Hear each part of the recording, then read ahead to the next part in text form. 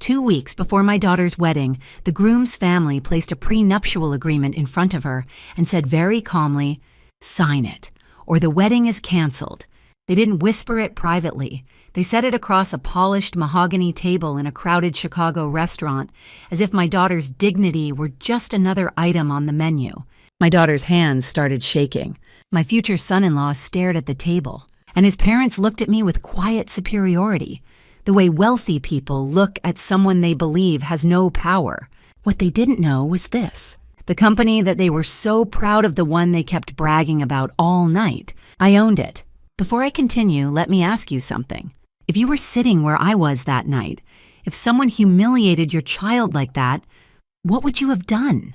Tell me honestly in the comments. And if you enjoy real-life style family drama stories like this, don't forget to like and subscribe so you don't miss the next part. Also, I'm curious, where are you watching from and what time is it there right now? Now let me tell you how this whole nightmare actually began. My name is Pamela Ramirez. I'm 58 years old and I live in Chicago. For most people who meet me, I'm just a quiet widow with a small investment firm and one daughter I love more than anything in the world. My daughter's name is Sophia Ramirez. She's 30 years old, an architect, brilliant in ways I never was at her age. She designs buildings that look like they belong in magazines, glass towers, creative spaces, community centers, the kind of work that makes people stop and stare. But what always made me proud wasn't her talent. It was her heart. Sophia grew up watching me rebuild our life from almost nothing after her father died. She learned early that dignity matters more than status and character matters more than money. That's why the night she told me she was dating someone new, I listened carefully when she described him. His name was Lucas Whitmore. Even if you've never heard of the Whitmores, people in Chicago's business circles definitely have. Whitmore Holdings, real estate, logistics, manufacturing investments, the kind of family company that sponsors charity galas and has their name engraved on hospital wings. Lucas had met Sophia at a charity fundraiser almost a year earlier. According to her, he was different from his parents. "Mom, he's actually really kind," she told me the first time she mentioned him. "He hates how snobby his family can be." I remember smiling when she said that. Every daughter thinks the man she loves is the exception, and sometimes they are. The first time I met Lucas, he was polite, respectful, even a little nervous. He brought flowers, not for Sophia, but for me. That told me something. He shook my hand firmly and said, "Mrs. Ramirez, Sophia talks about you all the time. I'm really glad to finally meet you." I liked him more than I expected to, but meeting his parents was a different experience. His father, Charles Whitmore, had the kind of presence that filled a room before he even spoke. Tall, silver hair, expensive suit, the confident posture of someone used to being the most powerful person at the table. His mother, Victoria Whitmore, was elegant in a colder way. Perfect posture, perfect jewelry, perfect smile. But when she looked at Sophia, there was always something behind her eyes that I couldn't quite ignore. Evaluation, measurement, judgment. At our first dinner together, Victoria asked Sophia where she went to college. "University of Illinois," Sophia said with a warm smile. Victoria nodded slowly. "Oh, how nice," she said. The tone made it clear she meant how ordinary. Charles asked Sophia about her work. She explained one of her architecture projects, an affordable housing development she was designing with her firm. Charles leaned back in his chair and said, half laughing, "Affordable housing? That sounds charitable." The way he said charitable made it sound like a hobby, not a profession. Lucas tried to change the subject quickly, but moments like that kept happening. Little comments, little smiles, little reminders that the Whitmores believed they lived on a higher floor of the world. Still, Sophia loved Lucas, and Lucas seemed to love her. When he proposed 8 months later, Sophia called me crying so hard I could barely understand her. "He asked me, Mom," she said through tears. "He actually asked me." The ring was beautiful, of course. The Whitmores didn't do anything halfway. But what mattered to me wasn't the diamond. It was Sophia's happiness, and for a while everything seemed manageable. Wedding planning began. Venues were visited. Guest lists were debated. Victoria insisted on handling certain details for the sake of family tradition, which usually meant expensive traditions. But Sophia stayed patient. Lucas stayed affectionate. And I stayed observant. Because something about the Whitmores never fully settled in my mind. They talked about money constantly, about reputation, about legacy. about protecting the family name, but very rarely about something simpler: trust. Still 2 weeks before the wedding, Sophia asked both families to meet for dinner so we could finalize the last details. A neutral place, a high-end restaurant downtown. Nothing dramatic, at least that's what Sophia thought. When I arrived, Charles and Victoria were already there. Charles stood to shake my hand. Victoria smiled politely. Lucas looked tense. Sophia squeezed my arm when I sat down. "Everything's going to be fine," she whispered. For the first 20 minutes, dinner was normal. Wine, small talk, discussion about the guest list. Then Charles wiped his mouth with a linen napkin and slid a leather folder across the table. Before the wedding, he said calmly, "There's one small matter we need to finalize." Lucas looked down. Victoria folded her hands gracefully. Sophia opened the folder. Inside was a thick legal document. At the top in bold letters were 2 words: prenuptial agreement. Sophia blinked. "Lucas," she asked quietly. Lucas didn't answer. Charles leaned back in his chair. "Nothing personal," he said smoothly. "Just standard family protection." Sophia turned the pages slowly. Her face changed with every paragraph. "What is this?" she whispered. Victoria smiled gently. "It simply ensures that family assets remain protected in the unlikely event of complications." Sophia's hands started shaking. I reached over and placed my hand on her arm. Then Charles said the sentence that changed everything. "If you sign tonight," he said, "the wedding proceeds as planned." He paused. "And if you don't, well, it would be better to cancel now rather than create misunderstandings later." The restaurant noise faded in my ears. Sophia looked like someone had just pulled the floor out from under her. Lucas still wouldn't meet anyone's eyes. Victoria watched calmly, and Charles looked at me as if I were just another guest at his table. A mother with no leverage, no influence, no power. I closed the folder slowly and placed it back on the table. Then I looked directly at Charles Whitmore and said the only thing that came to mind. "Mr. Whitmore," I said quietly, "are you absolutely sure you want to turn this into a business negotiation?" He smiled. "Mrs. Ramirez," he replied, "with families like ours, everything is a business negotiation." I nodded slowly, because in that moment I realized something very important. They thought they were negotiating from a position of power, but the Whitmores had absolutely no idea who they were really sitting across from, and soon they were about to find out. That night after the dinner ended and Sophia went home to think I sat alone in my apartment in downtown Chicago staring out at the skyline. The city lights stretched endlessly across the dark, glowing like 1,000 tiny promises. Chicago had always looked beautiful at night, strong, steady, confident. It was the kind of city that taught you one important lesson very quickly. Nothing truly valuable is ever handed to you. You fight for it, you build it, or you lose it. I wasn't born into power. I wasn't raised in a wealthy family with connections or a last name that opened doors. My story began much more simply. My husband Miguel Ramirez and I had built our life together from almost nothing. Miguel had been an engineer, brilliant with numbers, terrible with paperwork, and endlessly optimistic about the future. He believed that if you worked hard enough, the world would eventually meet you halfway. For a while, it felt like he was right. We bought a modest home on the northwest side of Chicago. Sophia was born 2 years later, and our life settled into something warm and predictable. School mornings, late-night work, birthday parties in small living rooms filled with friends and laughter. Then everything changed. Miguel died suddenly when Sophia was 12 years old. A heart attack. No warning. One ordinary Tuesday afternoon that split our lives into before and after. For months afterward, I moved through the world like someone learning to walk again. Grief has a strange way of making time feel both endless and fragile at the same time. But I didn't have the luxury of collapsing. I had a daughter watching me. Sophia needed stability even if I had to build it out of thin air. So I went back to work. At the time, I was a mid-level financial analyst at a small investment firm. It wasn't glamorous work, but it was steady. Numbers made sense in a way emotions didn't. Balance sheets didn't care about grief. Markets didn't slow down because your heart was broken. Over the next decade, I learned how money really worked. Not the way most people talk about it. Not the flashy version you see in magazines or business headlines. I learned the quiet version.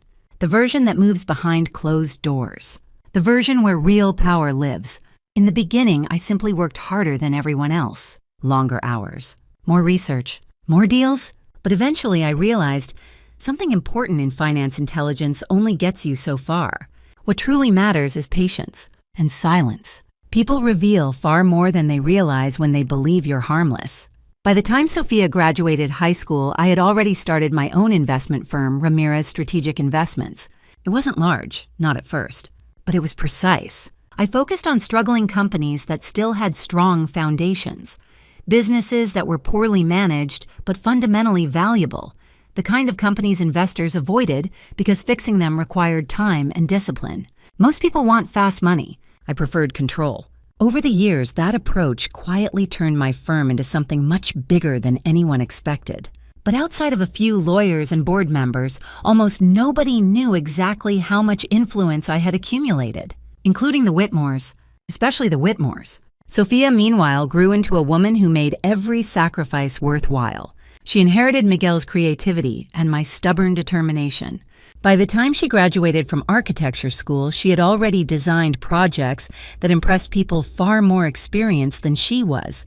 But what always stood out to me wasn't her talent. It was her character. Sophia treated everyone with the same warmth. Construction workers, clients, interns. She never measured people by status, which, in hindsight, made her the worst possible match for a family like the Whitmores. The first time Sophia mentioned Lucas Whitmore, it sounded almost like a romantic comedy. They met at a charity fundraiser for urban housing development. Sophia was there with her firm. Lucas was there representing Whitmore Holdings, which had recently pledged a donation to the project. According to Sophia, Lucas had accidentally spilled champagne on the blueprint presentation board. Instead of pretending it wasn't his fault, he helped her rebuild the display. They spent the rest of the evening talking. "Mom, he's actually really different from his family," she told me later that week over dinner in my kitchen. "He hates the whole rich family image thing." I remember raising an eyebrow. "People usually resemble their families more than they think," I said gently. Sophia smiled. "You're being skeptical." "I'm being careful," I corrected. Still, when I met Lucas, I understood why she liked him. He was polite, respectful, a little nervous around me, which I appreciated. And he seemed genuinely proud of Sophia's work. But the first time I met Charles and Victoria Whitmore, I felt the air in the room change. Charles was exactly the kind of man you'd expect to run a family empire.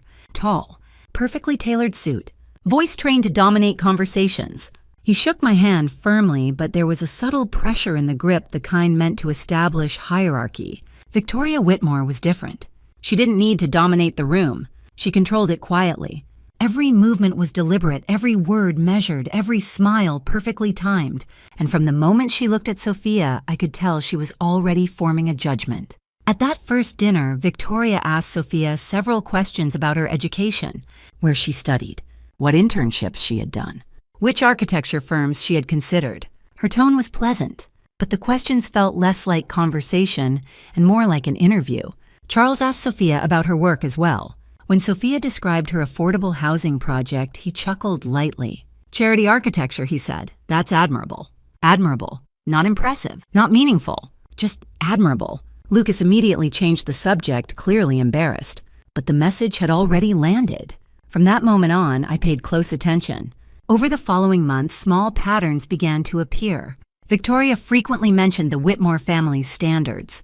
Charles spoke often about protecting the family legacy. And whenever money came up, the conversation subtly shifted toward control. Control over investments, control over reputation, control over people. At first, I tried to ignore it. Sophia loved Lucas. Lucas treated her well, and relationships between families are rarely perfect. But the closer we got to the wedding, the more the Whitmores' true priorities began to show. Victoria insisted on approving the guest list. Charles insisted the ceremony take place at a venue associated with their business partners. Even the wording on the invitations had to reflect family tradition. Sophia tried to stay positive. "Mom, they're just used to doing things a certain way," she said one afternoon while we reviewed wedding plans at my kitchen table. I nodded slowly. Maybe she was right. But deep down, something in my instincts kept whispering the same warning. People who care this much about control rarely stop at small details. Eventually, they demand something bigger. And 2 weeks before the wedding, during that dinner in downtown Chicago, they finally revealed exactly what that something was. A prenup, not a reasonable agreement between equals. but a contract designed to ensure my daughter walked into marriage already surrendering her dignity. And the worst part wasn't the document. It was the assumption behind it. Charles and Victoria Whitmore believed Sophia would sign because they thought our family had no real power. They believed their wealth made them untouchable. They believed their company made them important. They believed they were negotiating from the top of the table. What they didn't know was that many years earlier, during a quiet financial crisis no one publicly discussed, Whitmore Holdings had nearly collapsed, and the investor who saved it was sitting right across from them at dinner. The engagement between Sophia and Lucas should have been one of the happiest seasons of our lives. For Sophia, it was. For me, it was something else entirely. It was a period of observation, a test. Because while Sophia was planning flowers and dress fittings, I was watching the Whitmore family very carefully. And the more I watched, the more I began to see the cracks beneath their polished surface. The Whitmores had announced the engagement publicly within days of Lucas proposing. It wasn't just a family announcement, it was practically a business event. The engagement appeared in society columns. Whitmore Holdings issued a congratulatory press release. A charity gala suddenly celebrated the happy couple. At first, Sophia thought it was sweet. "Mom, they're just proud," she said. But I noticed something different. Charles Whitmore wasn't celebrating his son's love story. He was marketing it. One evening, about a month after the engagement, Sophia invited me to a dinner at the Whitmore estate on the North Shore. The house was enormous. 3 stories of polished stone and glass overlooking Lake Michigan. The kind of home that looked more like a luxury resort than a place where people actually lived. Victoria greeted us at the door wearing a silk evening dress as if she were hosting a political fundraiser instead of a family dinner. "Pamela," she said smoothly, "so glad you could join us." Her smile never quite reached her eyes. Dinner was served in a dining room large enough to seat 20 people. There were only 4 of us. Crystal glasses, silver cutlery. Staff moving quietly through the room. At first, conversation stayed polite. Victoria asked Sophia about her latest architecture project. Charles talked about an upcoming real estate acquisition. Lucas tried to keep the atmosphere relaxed. But then the subject shifted. Victoria set down her wine glass and looked at Sophia. "Have you thought about adjusting your work schedule after the wedding?" she asked. Sophia blinked.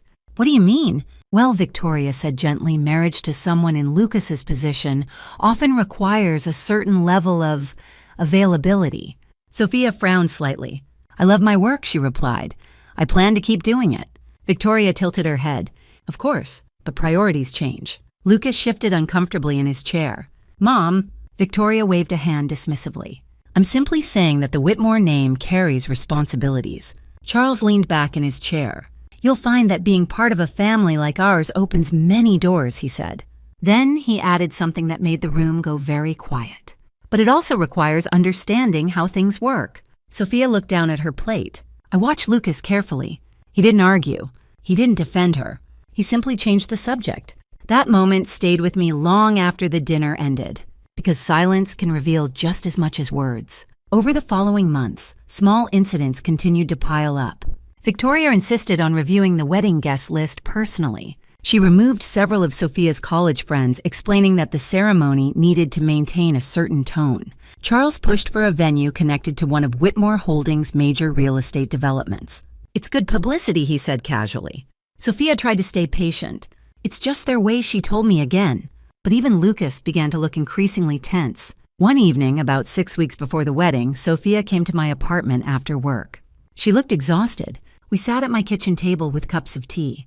"What's wrong?" I asked gently. She hesitated before answering. "Lucas has been stressed lately." "About the wedding?" She shook her head. "About money." That surprised me. The Whitmores were constantly talking about wealth. Why would Lucas suddenly be worried about it? "He keeps saying there's pressure at the company," Sophia continued. "Something about big decisions his father is making."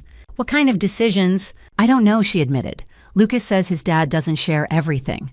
That conversation stayed in my mind, because if there was one thing I understood well, it was corporate pressure. And Whitmore Holdings had always fascinated me. From the outside, the company looked strong. Prestigious projects, large investments, a well-known family name. But reputation and reality are not always the same thing. A few days after that conversation, I asked someone in my firm to quietly pull the latest financial reports on Whitmore Holdings. Not publicly available summaries, the deeper data, internal filings. debt structures, acquisition timelines. What I found confirmed something I had suspected for a long time. Whitmore Holdings looked stable on the surface, but beneath that polished exterior, the company was carrying a dangerous level of leverage. Several aggressive acquisitions, expensive development projects, short-term financing agreements that required constant refinancing. In simple terms, the company was walking a tightrope. And that kind of financial structure only works if everything continues moving perfectly. If even one major project fails, the entire system begins to wobble. But what fascinated me most wasn't the risk, it was the history. Because the deeper I looked into the company's records, the more familiar the numbers became. I recognized the restructuring patterns, the investment structures, the ownership layers. They matched something I had personally arranged years earlier, which meant one thing. Whitmore Holdings was still operating under the structure I had built, and apparently Charles Whitmore had no idea. Around that same time, another conversation changed the atmosphere even further. It happened during a dress-fitting appointment Sophia had invited me to. While the tailor adjusted the gown, Sophia sat in front of the mirror staring at her phone. "You okay?" I asked. She sighed. "Lucas wants to talk about something." "What kind of something?" "He says his parents are pushing for financial protections before the wedding." My chest tightened slightly. "Financial protections." Sophia nodded slowly.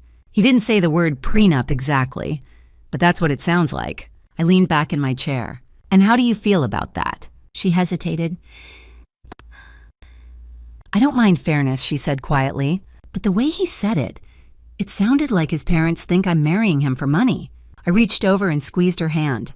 "You know the truth?" I told her gently. She nodded, but I could see doubt beginning to creep into her thoughts. Doubt has a way of spreading quickly once it finds a place to live. Over the next 2 weeks, Lucas grew increasingly distracted. Phone calls from his father, late-night meetings, sudden business trips. Every time Sophia asked what was going on, Lucas would say the same thing. "It's just work pressure." But one evening, when Sophia called him unexpectedly, she overheard something that made her uneasy. Lucas was arguing with Charles. "You can't force this on her," Lucas said. There was a pause. Then Charles's voice answered sharply through the phone. "In this family, we don't take unnecessary risks." That was the moment Sophia realized something serious was coming. And 2 days later, Charles Whitmore confirmed exactly what that risk was. By placing a thick legal document on the table during dinner, a document designed not to protect love, but to control it. And as Sophia flipped through the pages that night in the restaurant, her hands trembling slightly, I realized something very clearly. The Whitmores believed they were protecting their empire, but the truth was much more complicated than that, because the empire they were trying to defend wasn't actually theirs anymore. The restaurant suddenly felt much smaller after the prenup appeared on the table. The warm lighting, the quiet music, the soft clinking of glasses around us, everything that had felt elegant only minutes earlier now seemed distant, almost unreal. All my attention was on my daughter. Sophia was still holding the document. Her eyes moved slowly across the pages, and with every line she read, the color drained a little more from her face. I had spent years teaching Sophia how to read people, but in that moment she was learning something much harder: how to read intentions. And the intentions written in that contract were not kind. Lucas still hadn't said a word. His hands were folded on the table, his knuckles slightly white, his eyes fixed somewhere between the wine glass and the tablecloth. Across from us, Charles Whitmore looked perfectly relaxed. He leaned back in his chair like a man discussing quarterly earnings rather than the future of his son's marriage. Victoria Whitmore sat beside him, elegant and composed as always. If she felt even the smallest discomfort about the situation, she hid it flawlessly. Sophia finally closed the folder slowly. Her voice was quiet when she spoke. "I don't understand." Charles gave a polite smile. "It's very simple," he said. "Just a standard prenuptial agreement." Sophia looked at Lucas. Lucas swallowed. "It's something my parents believe is important." Sophia's eyebrows pulled together. "But we never talked about this." Victoria leaned forward slightly, her voice smooth and reassuring. "Darling, this isn't personal," she said. "Families with significant assets always take precautions." Sophia opened the folder again. I could see several of the clauses from where I sat, and they were far from standard. The agreement stated that in the event of a divorce, Sophia would receive no claim to Whitmore family assets. She would waive rights to several forms of shared property, Any business ventures developed during the marriage connected to Whitmore Holdings would remain under Whitmore control. There were even clauses about confidentiality restrictions on discussing family matters publicly. It was less a prenuptial agreement and more a contract of submission. Sophia's hands began to tremble. "This says I would leave the marriage with almost nothing," she whispered. Charles shrugged slightly. "That's simply protection. Protection from what Sophia asked." Victoria answered before he could. "Misunderstandings," she said softly. The word hung in the air. Misunderstandings. As if Sophia's love for Lucas were some sort of legal liability. I placed my hand gently over Sophia's wrist. Her skin was cold. Lucas finally spoke. "Sophia, it doesn't mean anything about how I feel," he said quickly. "It's just something my family requires." Requires. The word landed like a stone. Sophia looked at him, her eyes searching his face. "So you want me to sign this?" she asked quietly. Lucas hesitated. That hesitation said more than any answer could have. Charles cleared his throat. "Let's not make this emotional," he said calmly. Then he delivered the sentence that turned the dinner into a battlefield. "If you sign tonight," he said, "the wedding proceeds as planned." He paused. "And if not?" He folded his hands neatly on the table. "It would be wiser to cancel the ceremony now rather than create unnecessary complications later." For a moment, Sophia didn't react. The words seemed to take a second to fully register. When they did, I saw something break behind her eyes. Not anger. Something deeper. Disappointment. She turned slowly toward Lucas. "Are you saying the wedding won't happen if I don't sign this?" Lucas looked miserable. "I'm saying it would be very difficult." Victoria leaned in again, her voice almost motherly. "You must understand, Sophia," she said gently. "The Whitmore family has spent generations building our legacy." She smiled politely. It would be irresponsible not to protect it. The implication was crystal clear. Sophia was the threat, not the daughter-in-law, the risk. Around us, the restaurant continued normally. People laughed. Glasses clinked. Waiters passed quietly between tables. But inside that small circle of our table, everything had shifted. Sophia looked down at the prenup again. Her voice came out barely above a whisper. "Do you really think I'm marrying Lucas for money?" Charles answered immediately. "This isn't about accusations," he said. "It's about prudence." Victoria nodded in agreement. "Responsible families prepare for every possibility." I felt Sophia's hand tighten slightly beneath mine. I had seen that look before. The moment someone realizes they are being measured, evaluated, reduced to a financial risk assessment. I had experienced that look many times earlier in my career. It was the look powerful people give when they believe they are untouchable. For several seconds, no one spoke. Then Sophia turned toward me. Her voice was fragile. "Mom," she didn't need to finish the sentence. I understood what she was asking. What should she do? I took a slow breath. Then I looked across the table at Charles Whitmore. "Mr. Whitmore," I said calmly, "may I ask a question?" He nodded with a confident smile. "Of course." I tapped lightly on the folder. "If this agreement is simply about fairness," I continued, "why are all the protections one-sided?" Charles's expression didn't change. "These are standard legal structures for families with significant holdings." I nodded slowly.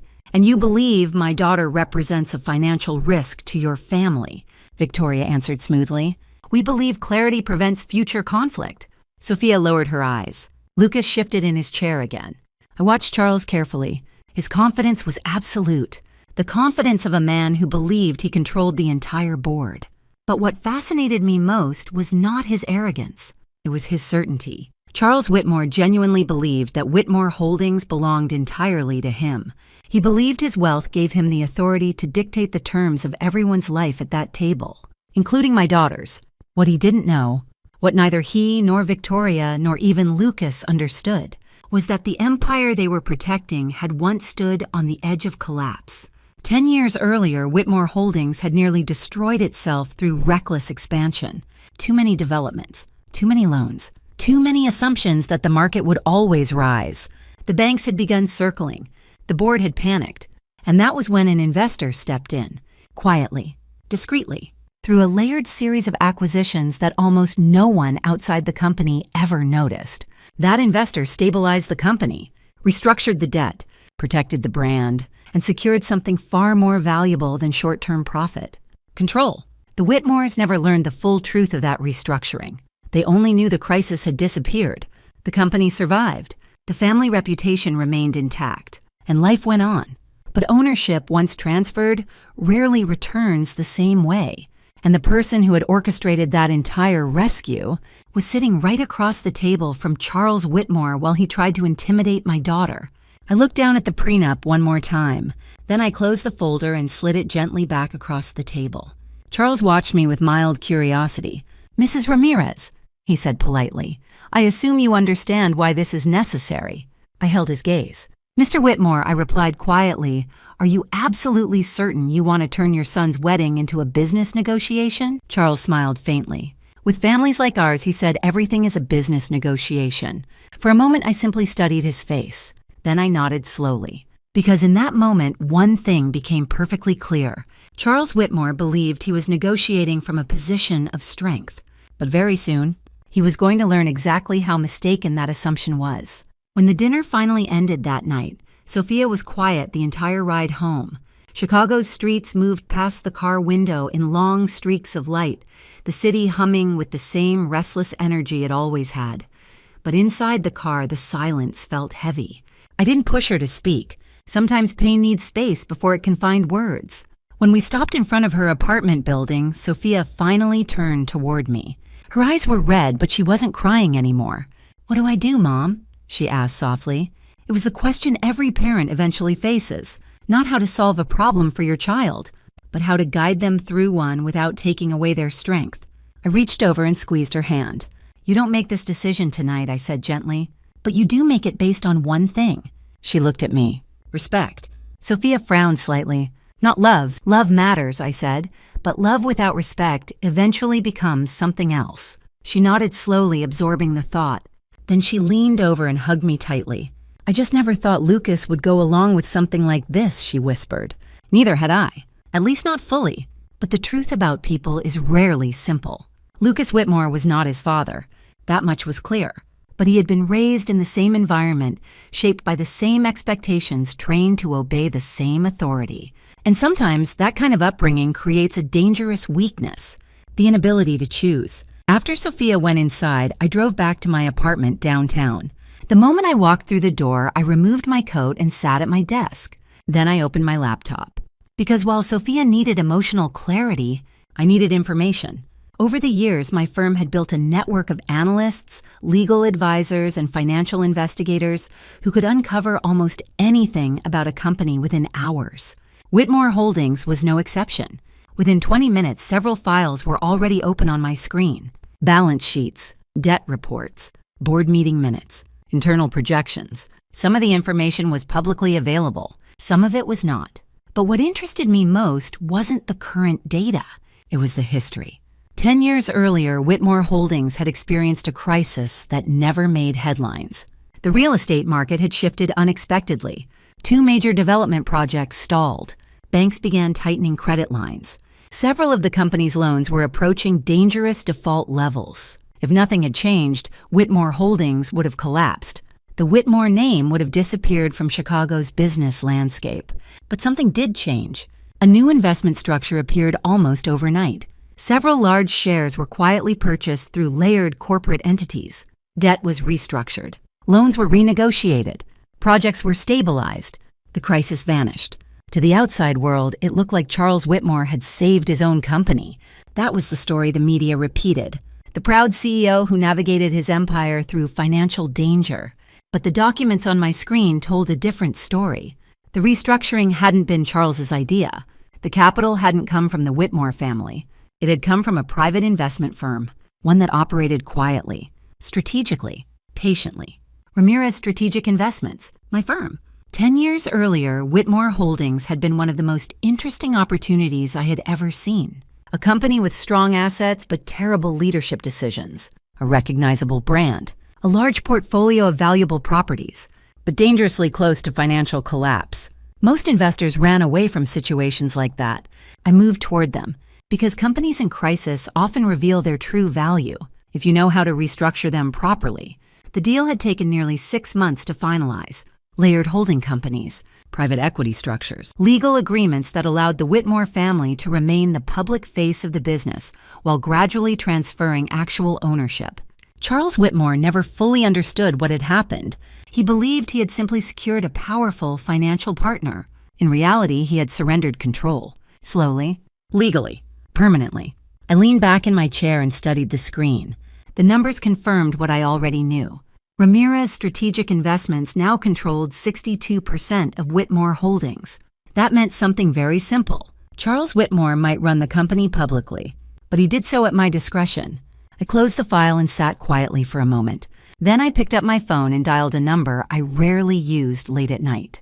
The call connected after 2 rings. Pamela, a calm voice, answered. "Ethan," I said, "sorry for the hour." That usually means something interesting is happening. Ethan Cole had been my corporate attorney for nearly 15 years. He was brilliant, discreet, and almost impossible to surprise. "Do you remember the Whitmore Holdings structure?" I asked. There was a brief pause. "Of course," he said. "One of your more elegant acquisitions. I may need to remind the Whitmore family how that structure works." Another pause. This one longer. "What happened?" I summarized the dinner. The prenup. The ultimatum. The pressure on Sophia. Ethan listened quietly. When I finished, he exhaled slowly. "Well," he said, "that's unfortunate." "Yes. And you're considering revealing your position." "Not yet." Ethan chuckled softly. "You're enjoying this part." "I'm being patient." "That's usually more dangerous." I smiled slightly. "What's the current board composition?" I asked. "Charles Whitmore as CEO, Daniel Brooks as CFO, Margaret Hill and 2 other independent directors. And voting power. Your firm holds majority voting shares," which meant something important. If necessary, I could remove Charles Whitmore from leadership with a single board vote.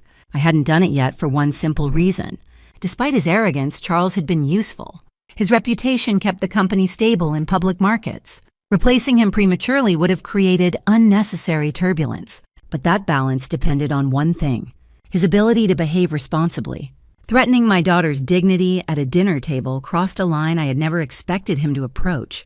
"Ethan," I said quietly, "how quickly could we arrange a board meeting if necessary?" "Within 48 hours. "Good." "Pamela." "Yes. You're planning something." I looked out the window at the Chicago skyline again. "Yes." Ethan laughed softly. "I almost feel sorry for them." "You shouldn't," I said. "They started it." After the call ended, I closed my laptop and stood by the window for a long time. The Whitmores believed the prenup dinner had established control. They believed Sophia was now cornered. Sign the document or lose the wedding. But what they didn't understand was that power in the business world doesn't always appear where people expect it. Sometimes it sits quietly across the table, listening, waiting. And if Charles Whitmore continued pushing my daughter into a corner, then very soon he was going to discover something extremely uncomfortable. The empire he was trying so desperately to protect was never truly his to begin with. The next morning, Sophia showed up at my apartment earlier than I expected. I had just finished making coffee when the doorbell rang. When I opened the door, she stood there in yesterday's clothes, her hair pulled into a loose knot, dark circles under her eyes. She hadn't slept. "Can I come in?" she asked quietly. "Of course." She walked inside slowly and dropped her bag onto the kitchen chair. For a moment, neither of us spoke. Then she sat down and rested her elbows on the table, covering her face with both hands. "I feel like everything changed overnight," she said through her fingers. I poured 2 cups of coffee and sat across from her. "What did Lucas say?" I asked gently. Sophia lowered her hands. "He called me late last night, and he asked if we could talk again about the prenup." There it was, the word itself. No more careful avoidance. No more soft phrasing. Just the truth. "How did the conversation go?" I asked. She laughed weakly. "Not great." Sophia wrapped both hands around her coffee mug as if she needed the warmth. "He said his parents are worried about the company, the family name, their assets. Everything."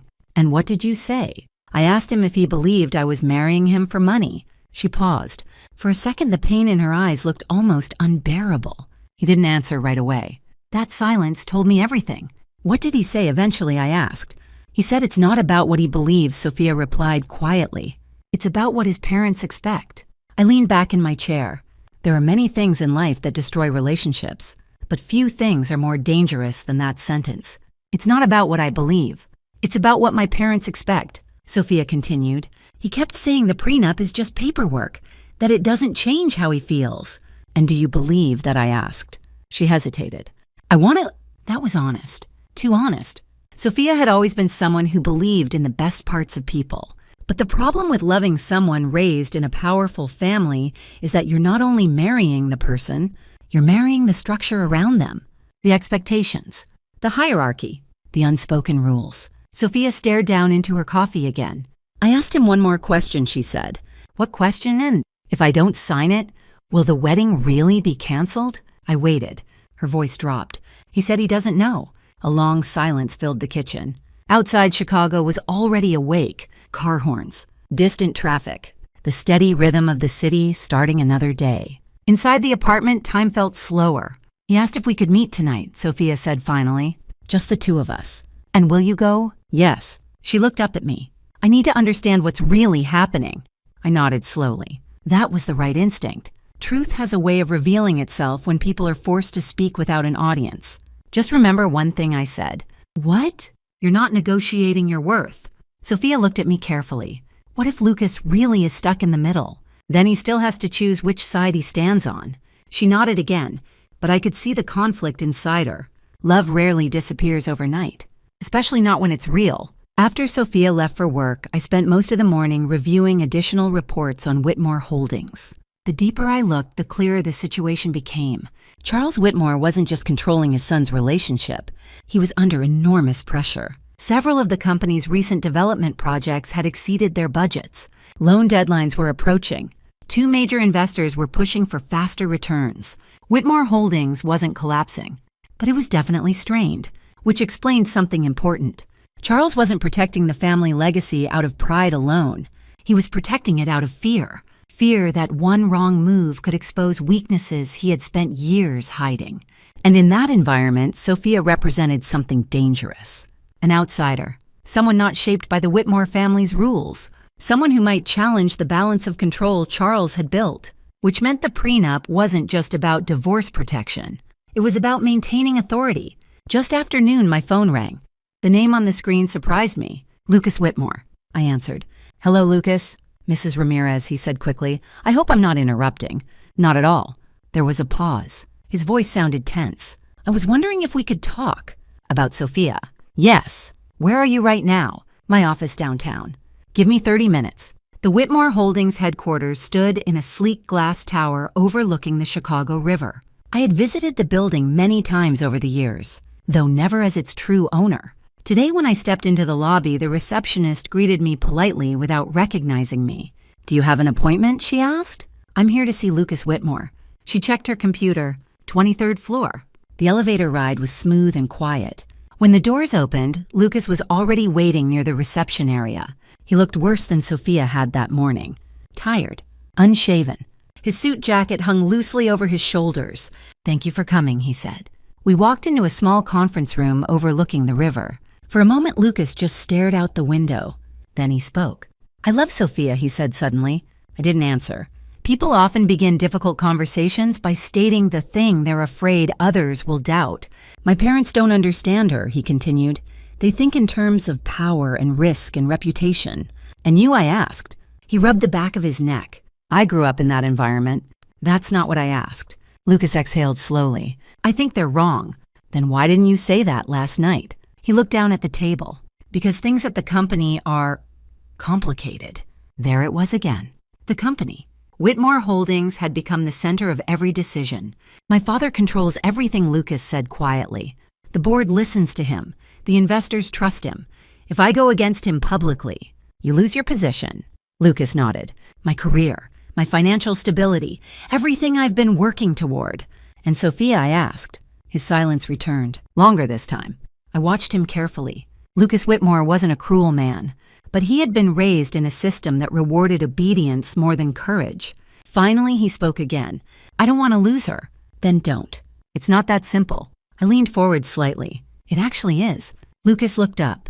For the first time since the conversation began, there was something close to desperation in his eyes. What should I do? The question surprised me. He wasn't asking for approval. He was asking for direction, which meant he knew something inside the situation was wrong, but he hadn't yet found the strength to confront it. I studied him for a long moment. Then I asked one very simple question. Lucas, do you want my daughter? Yes. Or do you want your father's approval? The room went completely still. Lucas didn't answer. but the conflict in his face said more than words ever could. And in that moment, I realized something important. The next few days would determine not just the future of a wedding, but the future of a man. Because sooner or later, Lucas Whitmore was going to have to decide which kind of life he wanted to live. Lucas didn't answer my question right away. The conference room remained quiet except for the faint hum of the air conditioning and the distant sounds of traffic drifting up from the street below. He stared at the polished table between us as if the answer might be written there. Finally, he spoke. "I've spent my entire life trying to earn my father's approval." His voice was calm, but there was something heavy behind it. Everything I did, growing up, school internships, business school, joining Whitmore Holdings, was part of a plan he designed. And now I asked. Lucas rubbed his hands together nervously. Now I'm realizing I don't actually know who I am without that plan. That kind of realization rarely comes easily. It's the moment when someone begins to understand the difference between living a life and performing one. "And Sophia?" I asked. Lucas looked up immediately. "She's the only part of my life that's ever felt real." That answer at least sounded honest. But honesty alone doesn't build courage. "What exactly are your parents threatening?" I asked. Lucas hesitated. Then he leaned back in his chair and ran a hand through his hair. "My father says if I refuse the prenup, he'll remove me from any leadership role in the company. That's all." Lucas laughed quietly. "That's not small, Mrs. Ramirez." "No," I said calmly, "it isn't." He continued. He also hinted that some of the financial support he's given me over the years might suddenly disappear. "And what would that mean for you?" Lucas looked out the window again. "It would mean starting over." Starting over. The phrase carried more weight for someone raised inside privilege. For people like Sophia and me, starting over had always been part of life. But for Lucas, it represented something much more frightening. Uncertainty, independence, responsibility. "What do you want?" I asked again. He turned back toward me. "I want Sophia." "Then you already know the answer." Lucas exhaled slowly. "I just wish it were easier." Most people do. But life rarely gives us easy moments when the decisions actually matter. I stood up from the table. Lucas looked surprised. "Where are you going?" "I believe this conversation has reached its natural conclusion." He stood as well. "I appreciate you coming here. I appreciate your honesty." Lucas nodded. But as I walked toward the door, he spoke again. "Mrs. Ramirez," I paused. "Yes, if things fall apart, if the wedding doesn't happen." He hesitated. "Please make sure Sophia knows I never meant to hurt her." I studied him carefully for a moment. Lucas Whitmore was standing at a crossroads whether he realized it or not. And crossroads have a way of revealing who someone truly is. "That will depend on what you choose next," I said quietly. Then I left the room. As I walked through the Whitmore Holdings office floor, I noticed something interesting. Employees moved through the hallways with the quiet urgency typical of large corporations. Assistants carrying documents. Analysts speaking quickly into phones. Executives walking toward conference rooms with focused expressions. The machine of business continued moving forward. But machines are only as stable as the structure beneath them. And Whitmore Holdings had more cracks than most people realized. By the time I reached the elevator, my phone vibrated. It was a message from Sophia. "Dinner tonight with Lucas, 7 p.m. I typed back quickly. "Listen carefully, trust yourself." 3 dots appeared as she started typing a response. Then disappeared. Sometimes the most important conversations are the ones people must have without guidance. That evening, Sophia met Lucas at a quiet restaurant near the river. I wasn't there, of course, but she told me everything later. They sat across from each other at a small corner table. No family, no pressure, just the two of them. Lucas looked exhausted. Sophia looked guarded. Neither of them touched the menus for several minutes. Finally, Lucas spoke. "My parents are pushing harder about the prenup," he said. Sophia nodded slowly. "I figured." Lucas leaned forward. "But that's not the point of this dinner. What is? I want to know if you still want to marry me." Sophia stared at him. "That depends." "On what?" "On whether you're marrying me or your parents' expectations." Lucas looked down. "That's not fair." "Isn't it?" Sophia asked quietly. The tension between them was thick enough to feel. Lucas took a deep breath. "My father says the prenup protects the company." Sophia's expression hardened slightly. "Your father cares more about his company than your marriage." "That's not true." "Then prove it." Lucas looked up sharply. "How?" "Tell him you won't force me to sign." Silence. Lucas's jaw tightened. "You know, it's not that simple." Sophia leaned back in her chair. That's the second time someone said that to me this week. What do you mean?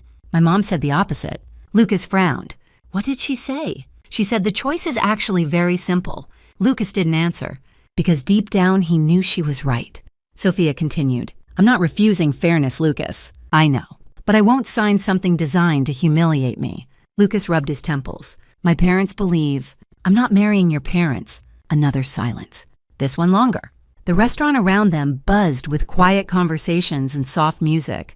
But inside that small space between them, everything felt fragile. Lucas finally spoke again. What if refusing the prenup destroys my relationship with my father? Sophia's voice softened slightly. That's a choice you have to make. And if I choose you, Sophia held his gaze. Then I'll know you mean it. Lucas leaned back slowly. The weight of that answer settled over the table. Across the restaurant window, the lights of Chicago reflected across the river like scattered diamonds. After a long pause, Lucas said something that changed the entire conversation. There's something else you should know. Sophia's eyebrows lifted. What? My father is under a lot of pressure right now.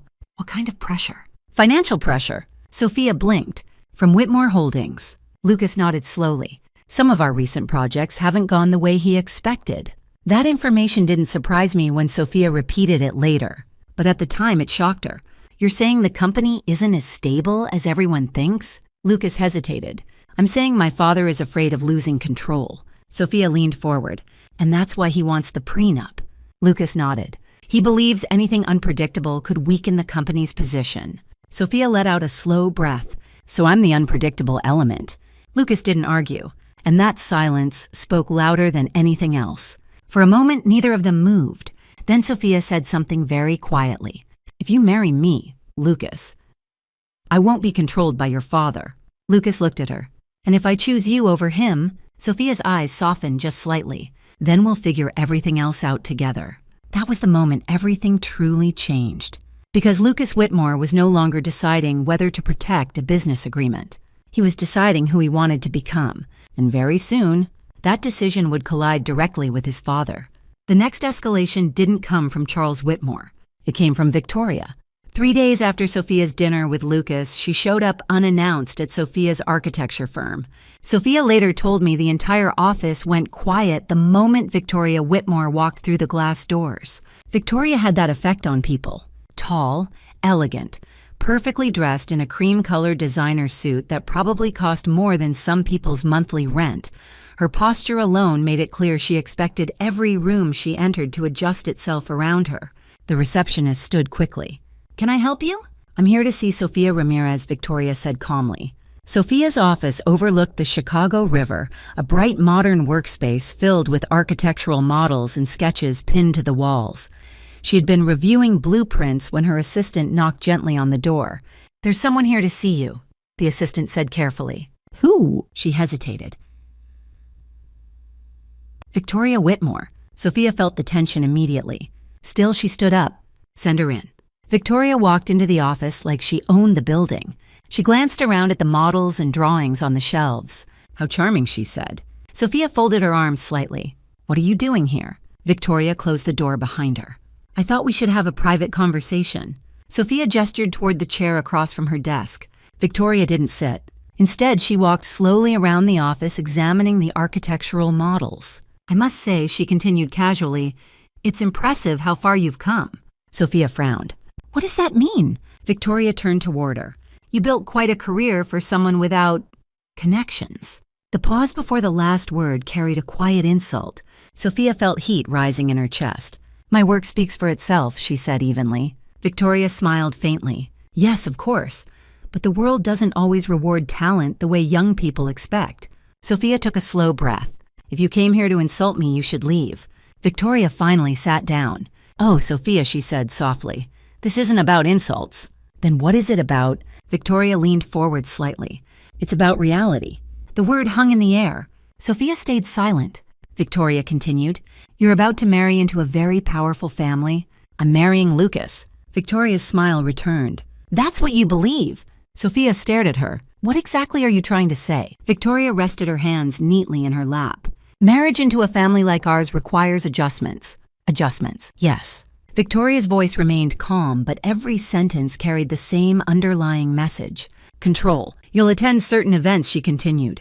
Represent the family publicly. Avoid situations that might embarrass the Whitmore name. Sophia's patience began to crack. I'm not a brand ambassador, she said sharply. Victoria tilted her head slightly. No, dear, but you will become part of the brand. Sophia stood up. This conversation is over. Victoria didn't move. You should sit down, she said gently. Sophia ignored her. I think you should leave my office. Victoria sighed softly. You really don't understand how this world works. Sophia laughed once. And you think I need a lesson? Victoria's eyes sharpened. I think you need perspective. Then she said something that crossed a line. Women from families like yours often misunderstand the opportunities they're being given. The room went completely still. Sophia felt the words hit her like a slap. Families like mine, she repeated slowly. Victoria met her gaze calmly. Yes. And what exactly does that mean? Victoria stood up now. It means you should appreciate the position you're being offered. Sophia's voice dropped. I'm not being offered a position. Victoria raised one eyebrow. From where I stand, it looks very much like one. For a moment, neither of them moved. Then Sophia said something very quietly. I'm marrying Lucas because I love him. Victoria's expression hardened slightly. And we're asking you to sign a document that protects our family. You're asking me to surrender my dignity. Victoria laughed softly. Oh, Sophia, the way she said her name sounded almost pitying. You're confusing pride with dignity. No, Sophia said firmly. I'm recognizing disrespect. Victoria picked up her purse. I'm trying to help you avoid a mistake. What mistake? Believing that love alone will allow you to survive in the Whitmore family. Sophia crossed her arms. And what makes you think I want to survive in your family? Victoria paused. For the first time, the confidence in her expression flickered. You already accepted Lucas's proposal. I accepted Lucas, Sophia corrected. Not his parents. Victoria looked at her for several long seconds. Then she spoke again more sharply than before. If you refuse to sign the prenup, the wedding will not happen. Sophia didn't blink. Then it won't happen. The words hung between them. Victoria clearly hadn't expected that answer.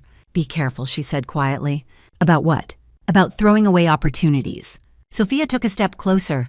Do you know what opportunity really means? Victoria said nothing. It means choosing a life built on respect. Victoria studied her. Then she shook her head slightly. You're more stubborn than I realized. And you're more controlling than I realized. Victoria turned toward the door. Before leaving, she looked back one final time. You should talk to your mother, she said calmly. What about... Victoria's smile returned. About how the world actually works. Then she left.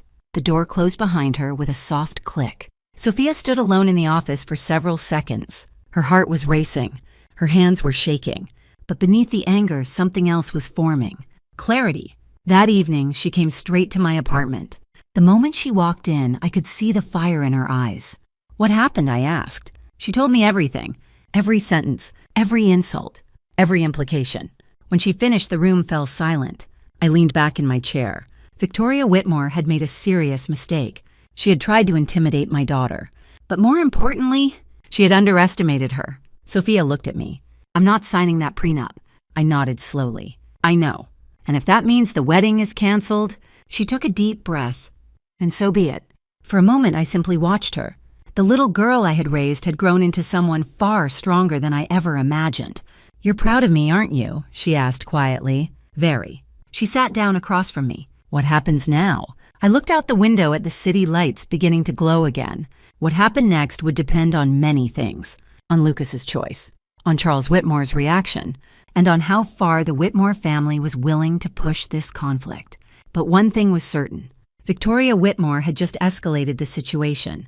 And if her family continued believing they could bully Sophia into submission, then very soon they were going to learn something extremely uncomfortable. The Ramirez family was not nearly as powerless as they believed.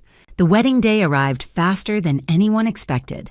Despite everything that had happened, the arguments, the ultimatum, Victoria's visit to Sophia's office, no one had officially canceled the ceremony, which meant the entire situation remained suspended in a strange kind of uncertainty.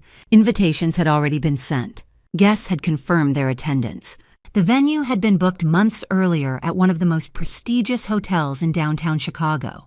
And on that Saturday morning, the city woke up to bright autumn sunlight spilling across Lake Michigan. For everyone else attending the event, it was supposed to be a celebration. For the people at the center of it, it felt more like standing at the edge of a cliff. I woke up early that morning in my apartment. The sky outside my window was pale blue, the kind of calm, beautiful morning that usually accompanies life's happiest days. But the stillness in the room felt almost eerie. Sophia had stayed overnight at the bridal suite in the hotel. Tradition, or at least what remained of tradition after the last 2 weeks. My phone buzzed around 7 in the morning. A message from her. "Are you awake?" I replied immediately. "Always." A moment later, the phone rang. "Hi, Mom," Sophia said quietly when I answered. "How are you feeling?" She laughed softly. "Like I'm about to walk into the most dramatic day of my life." "That sounds accurate." There was a pause. Then she said something that made my chest tighten. "I still don't know what's going to happen." "That's okay," I said gently. "You don't need to decide everything before the moment arrives. I just wish things were simpler." So do I. Outside, the city traffic had started to pick up. Chicago was moving forward with its normal rhythm, completely unaware that one small wedding ceremony might turn into something far more complicated. "Lucas texted me this morning," Sophia said. "And he said we'll talk before the ceremony." That didn't surprise me. Lucas had been unusually quiet since his dinner conversation with Sophia earlier that week. But silence often means someone is thinking harder than usual. "Whatever happens," I told her, "remember that you deserve respect." "I know. And you're not trapped." She took a slow breath. "Thank you, Mom." We hung up shortly after. I got dressed carefully, simple but elegant. A navy blue dress, minimal jewelry, and a calm expression that took years of experience to perfect.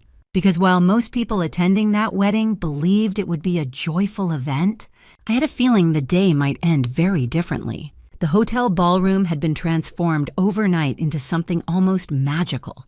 White flowers lined the aisle. Soft golden lights hung from the ceiling. Tables were arranged with perfect symmetry across the polished floor. Outside the ballroom doors, guests were already gathering. Chicago's business elite, old family friends, investors, politicians. The Whitmores had always known how to create impressive public events. Reputation mattered to them, which made the tension beneath the surface even more dangerous. When I arrived at the hotel, I immediately noticed the atmosphere. People were smiling, but the smiles felt slightly forced. Rumors travel quickly in social circles like this, and the prenup conflict had already begun circulating quietly among the guests. Several people greeted me politely. "Pamela, lovely to see you. You must be so proud of Sophia." I returned their greetings with equal politeness, but I could feel the curiosity behind their words. Everyone was waiting to see whether the ceremony would actually happen. Upstairs in the bridal suite, Sophia stood in front of the mirror wearing her wedding dress. The gown was stunning, simple, elegant, perfectly fitted. But when I walked into the room, the first thing I noticed wasn't the dress. It was her expression. Calm, focused. Not the nervous excitement most brides feel before a wedding. This was something different, a quiet kind of strength. "You look beautiful," I said. She smiled softly. "Thank you." Her bridesmaids were finishing last-minute adjustments to the dress. Someone was fixing her hair. Someone else was arranging the veil. But the room felt strangely quiet. Everyone seemed aware that something unusual was happening. When the others stepped out briefly to check on the ceremony schedule, Sophia and I were finally alone. She looked at me in the mirror. "Lucas wants to talk," she said. "When?" "Right before the ceremony." "Are you ready for that conversation?" She nodded slowly. "I think so." Then she turned toward me. "Mom, if he chooses his parents today..."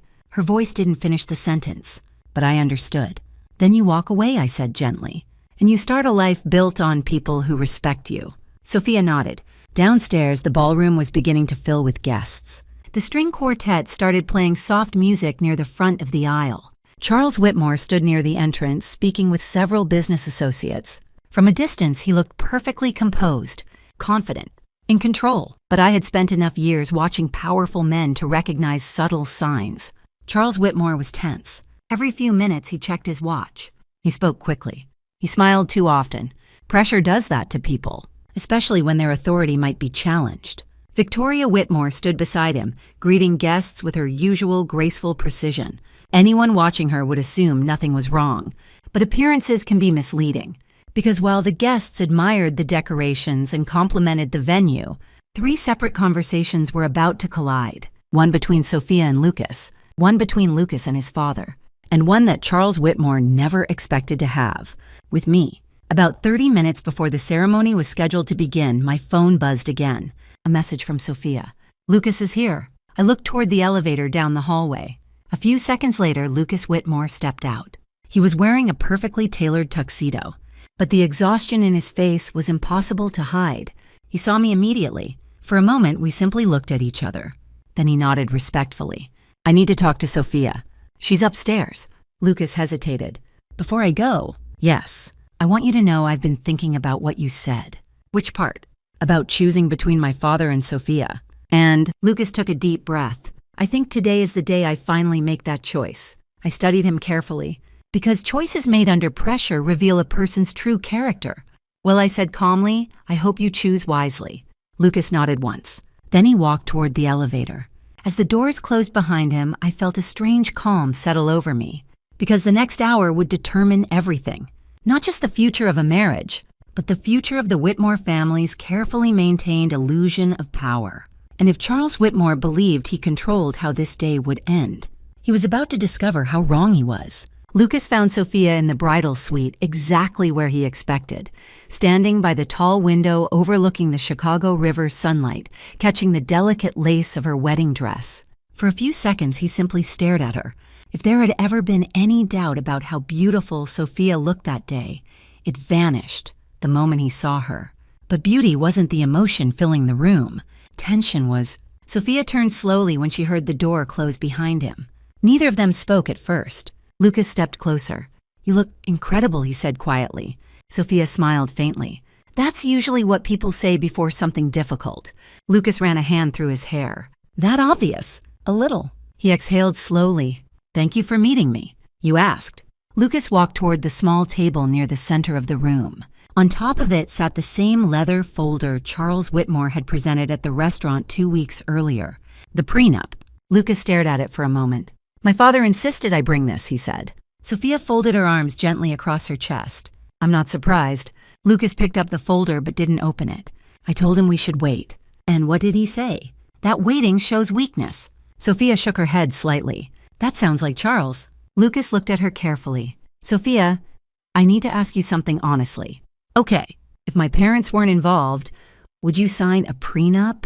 The question surprised her. She thought about it for a moment before answering. Yes. Lucas blinked. You would. Yes, she said calmly. If it were fair. Lucas looked down at the folder. This one isn't. No, Sophia replied. It isn't. She walked closer to the table and gently opened the document. Several pages of legal language stared back at them. I'm not refusing responsibility, she continued quietly. I'm refusing humiliation. Lucas nodded slowly. I understand that now. Sophia studied his face. Do you? Lucas closed the folder again. I spent most of last night thinking about what my life would look like without my father's approval. And he looked up at her. It terrified me. Sophia didn't react. Lucas continued. But losing you would terrify me more. For a brief moment, something softened in her eyes. But the tension remained. What are you going to do? She asked. Lucas placed the folder back on the table. I'm not forcing you to sign it. Sophia's shoulders relaxed slightly. But my father won't accept that, Lucas added. I know. He thinks if the wedding goes forward without the prenup, he loses control. Sophia's voice remained calm. And he's right. Lucas laughed quietly. That's exactly what scares him. They stood in silence for a few seconds. Then Lucas said something that changed everything. I told him that if he tries to stop the wedding, I'll walk away from the company. Sophia's eyes widened. You said that? Yes. And what did he say? Lucas hesitated. He told me I wouldn't survive without the Whitmore name. Sophia crossed her arms again. Maybe it's time to find out. Lucas looked at her carefully. Would you still marry me if I walked away from everything? Sophia didn't answer immediately. Instead, she asked a different question. Are you walking away from me? Or for yourself? Lucas thought about it. For both. Sophia nodded slowly. Then maybe we have a chance. Lucas smiled faintly. But before either of them could say more, the door opened suddenly. Charles Whitmore stepped inside. He closed the door behind him with controlled precision. Lucas, he said sharply. Lucas turned. We're in the middle of something. I'm aware. Charles walked toward the table and picked up the prenup folder. Has she signed it? Lucas met his father's eyes. No. Charles's expression hardened. Then the ceremony cannot proceed. Sophia felt anger rise in her chest. Excuse me. Charles ignored her completely. Lucas, we discussed this. Yes, we did. And you agreed the agreement was necessary. Lucas took a slow breath. I've changed my mind. Charles stared at him. That isn't how this works. Lucas's voice remained steady. It is today. Charles turned toward Sophia now. I assume you're the reason for this sudden courage. Sophia didn't back down. I'm the reason he's thinking for himself. Charles laughed once. You have no idea what you're interfering with. I think I do, Sophia replied calmly. Charles stepped closer. My family built an empire that supports thousands of employees, and you're willing to destroy your son's marriage to protect it, Sophia said. Charles's eyes flashed. You're not yet part of this family. Maybe that's a good thing. Lucas stepped between them. That's enough. Charles turned toward him again. If she refuses to sign, the wedding is canceled. Lucas's voice didn't waver. Then cancel it. The words hit the room like a thunderclap. For the first time since entering the room, Charles Whitmore looked genuinely surprised. You're serious? Yes. Charles studied his son for several long seconds. Then his expression slowly shifted from anger to something colder. Very well. He placed the prenup folder back on the table. If you want to destroy your future for a woman who refuses basic responsibility, he turned toward the door. That will be your decision. Before leaving, he glanced once more at Sophia. You'll regret this. Then he walked out. The door closed behind him. Silence filled the room again. Lucas let out a slow breath. Well, he said quietly. That went about as expected. Sophia looked at him. Are you okay? Lucas laughed softly. I think my father just disowned me. Sophia stepped closer. You stood up to him. For the first time in my life. She reached out and took his hand. Then maybe today isn't a disaster after all. Lucas squeezed her hand gently, but neither of them realized something important. Charles Whitmore wasn't finished, because downstairs in the ballroom filled with guests and investors and business partners, he was about to make a decision of his own. And when that decision collided with the truth I had been quietly holding back for years, the entire Whitmore empire was about to crack. When Charles Whitmore left the bridal suite, his face remained perfectly composed. Anyone watching him walk down the hotel corridor would have seen a calm, controlled businessman moving toward an important event. But inside his mind, something else was happening. Charles Whitmore had spent 40 years building his reputation. Powerful, decisive, unshakable. And in the span of 10 minutes, his own son had publicly rejected his authority. That was not something Charles Whitmore tolerated easily. By the time he reached the ballroom lobby, the ceremony was only 15 minutes away. Guests were already seated. The string quartet played softly near the altar. Soft golden lights reflected across the polished marble floor. The atmosphere looked elegant, but beneath the surface, tension lingered like electricity in the air. I was standing near the back of the room when Charles approached me. Our eyes met immediately. He walked toward me slowly, the same controlled confidence he had displayed during every previous interaction. Mrs. Ramirez, he said politely. Mr. Whitmore. For a moment, we simply studied each other. Charles was the first to speak. I understand your daughter has influenced Lucas's decision. My daughter encouraged him to think for himself, I replied. Charles gave a faint smile.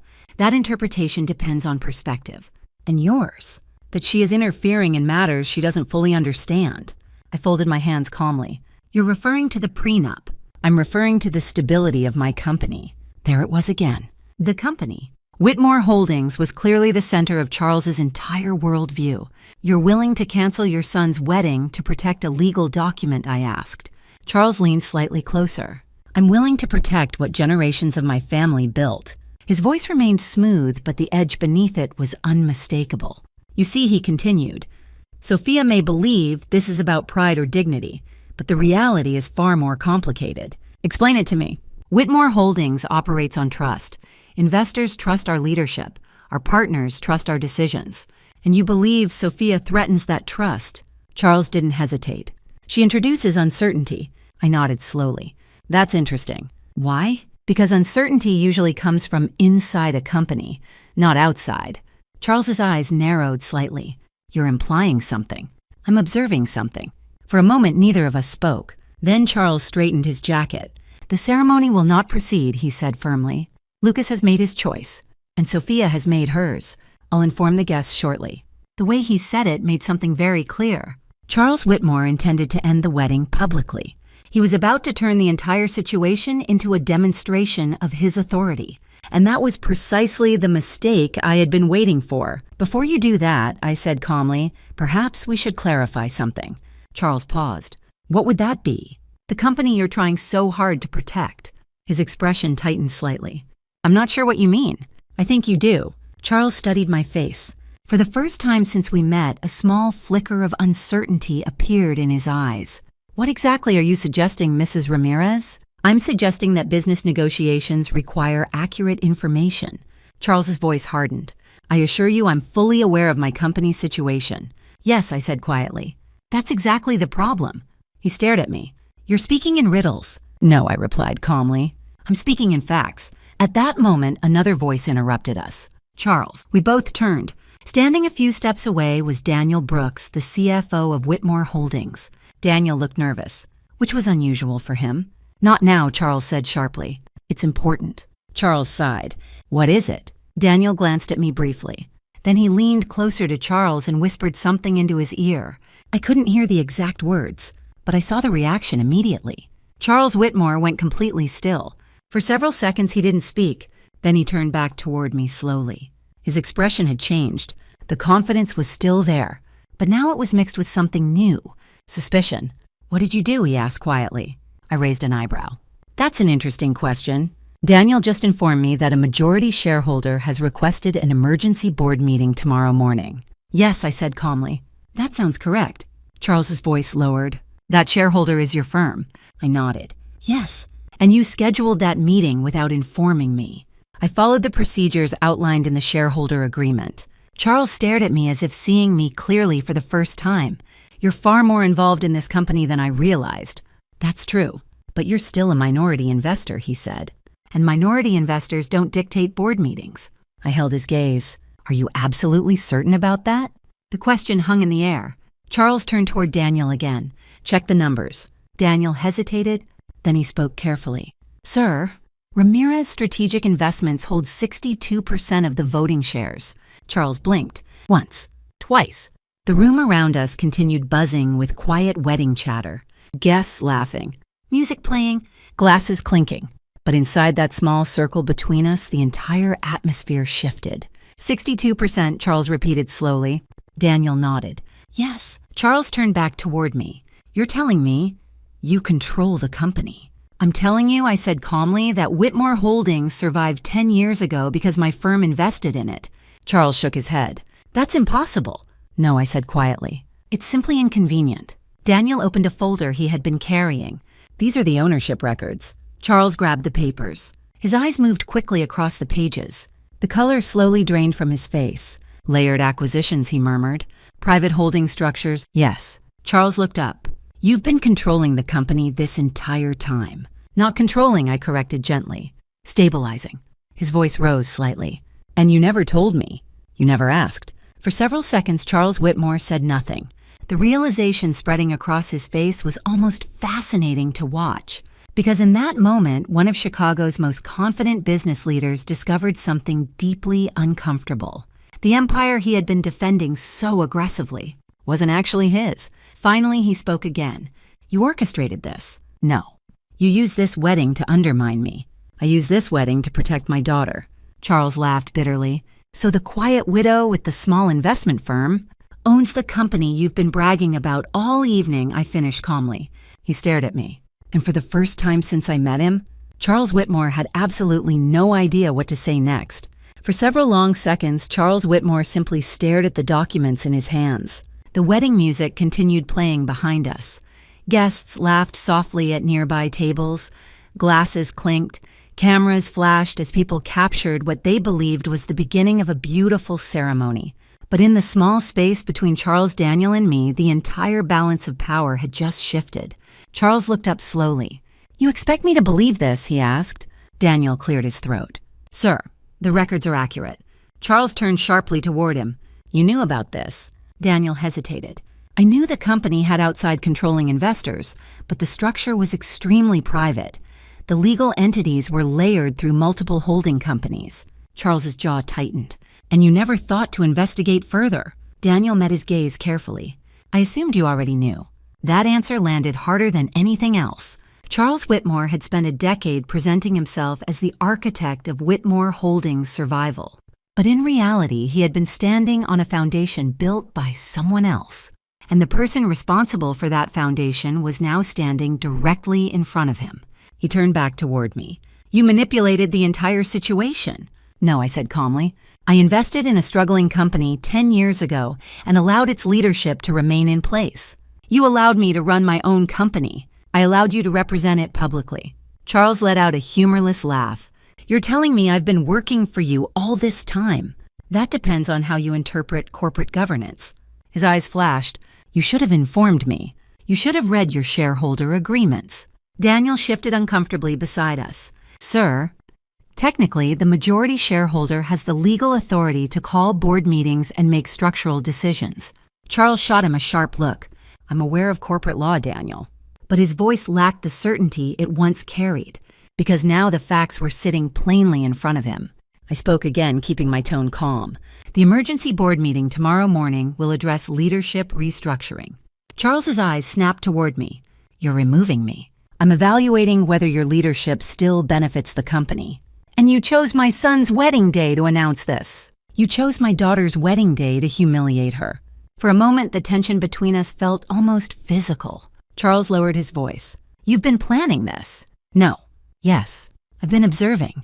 Daniel glanced nervously toward the ballroom doors. "Sir, the ceremony is scheduled to begin in 5 minutes." Charles ignored him. Instead, he leaned slightly closer to me. "You think this gives you power?" I already had power. "You're threatening to dismantle a company that supports thousands of employees. I'm protecting a company from leadership that prioritizes control over judgment." Charles's expression hardened. "You're using personal feelings to justify corporate decisions. I'm using corporate responsibility to respond to personal misconduct." Daniel spoke carefully. "Sir, investors will respond very badly if the wedding turns into a public conflict." Charles looked toward the ballroom for a moment. Rows of wealthy guests, investors, partners, journalists, all waiting for the ceremony to begin. Reputation had always been his strongest asset, and reputation collapses quickly under public humiliation. Charles turned back toward me. "What do you want?" The question was quiet, but it carried a different tone now. Not arrogance. Negotiation. "I want respect for my daughter," I said. "You're demanding it through corporate leverage." "No. I'm demonstrating that leverage already exists."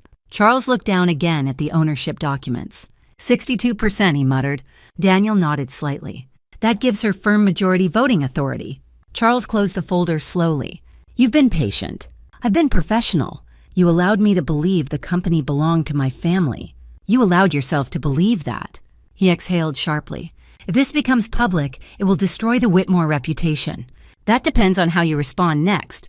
Charles studied me for a long moment. Then he asked a question that surprised me. "Did Lucas know?" "No." "Did Sophia?" "No." "So this entire time," and I protected the company quietly, I finished. "And today you're exposing everything. Today I'm responding to your choices." The silence between us stretched again. Finally, Charles looked toward the ballroom doors.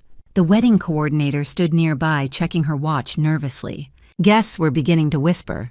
The ceremony was already running late. Charles Whitmore had spent his entire career controlling situations like this. But now, for the first time in decades, control was slipping through his fingers. "What happens if I proceed with the ceremony?" he asked. "That depends." "On what?" "On whether you attempt to force the prenup again." Charles considered that carefully. "And if I don't, then the wedding becomes exactly what it was supposed to be, a celebration." He looked almost amused. "You expect me to accept this humiliation quietly. I expect you to make a rational decision. And tomorrow we discuss the future of Whitmore Holdings." Charles looked back at Daniel.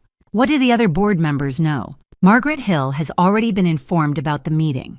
Charles nodded slowly. Margaret Hill was the only independent director on the board who had never fully trusted him. If she aligned with me, his position would become extremely fragile. Finally, he spoke again. "You're very good at this." "At what?" "Waiting.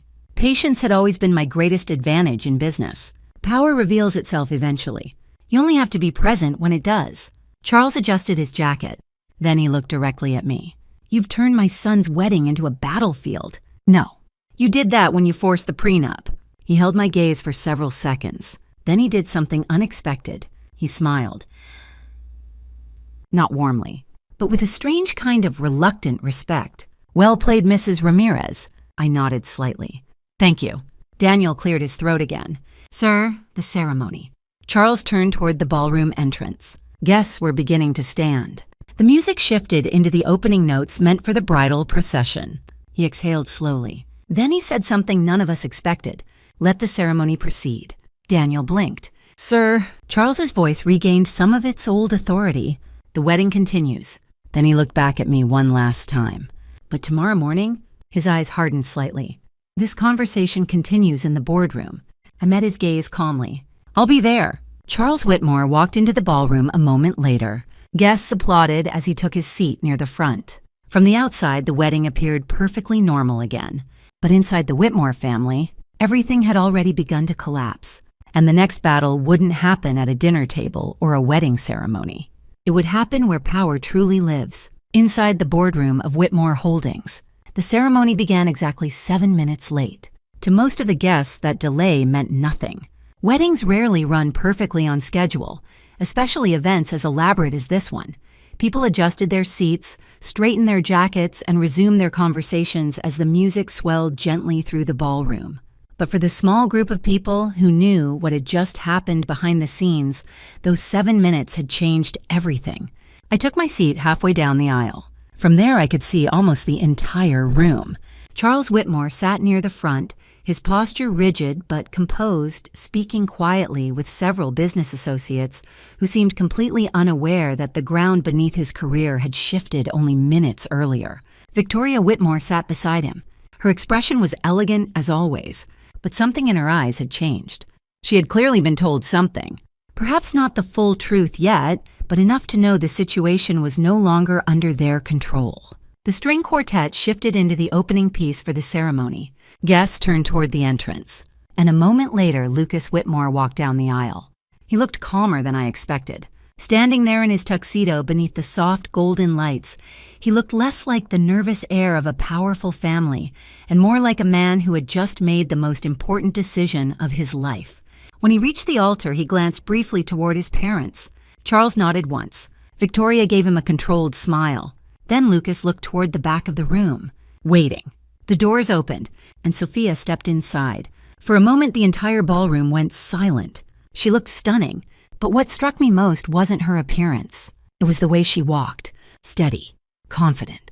Not the hesitant steps of someone uncertain about her future, but the deliberate pace of someone who had already made peace with whatever came next. I stood beside her for a brief moment before she began walking down the aisle. "You're ready?" I asked softly. She nodded. "Yes." Then she took my arm. The music rose gently as we stepped forward. Dozens of guests turned to watch.